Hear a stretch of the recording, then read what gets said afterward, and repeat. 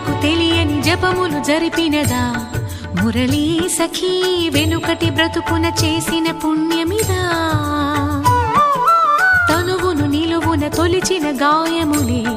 తన జన్మకి తరగని వరముల సిరులని తలచినదా